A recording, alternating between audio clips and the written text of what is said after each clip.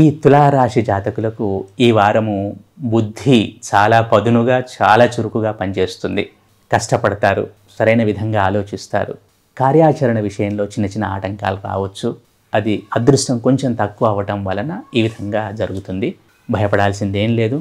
వెనకంజ వేయకుండా hard work చేయండి, కార్యాచరణను కొనసాగించండి. ఆరోగ్యం చక్కగా ఉంటుంది, ఎటువంటి లోటు లేదు, ఇబ్బంది లేదు.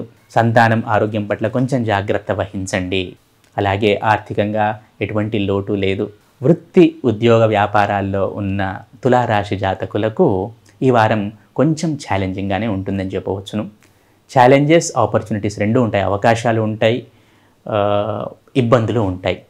వాటిని సరిగ్గా అవకాశాలను సద్వినియోగం చేసుకుంటూ ఇబ్బందులను ఎదుర్కొంటూ డిఫికల్టీస్ని తమకు అనుకూలంగా మార్చుకోగలరు. ఇది చిన్న సూచన తులారాశి జాతకులకు ఈ వారంలో. ఓవరాల్గా చూసుకుంటే ఈ తులారాశి జాతకులకు ఈ వారము అనుకూలంగానే ఉంటుందని చెప్పవచ్చును. ఈ వారము తులారాశి జాతకులు శివారాధన చేయటం వలన సత్ఫలితాలను పొందుతారు.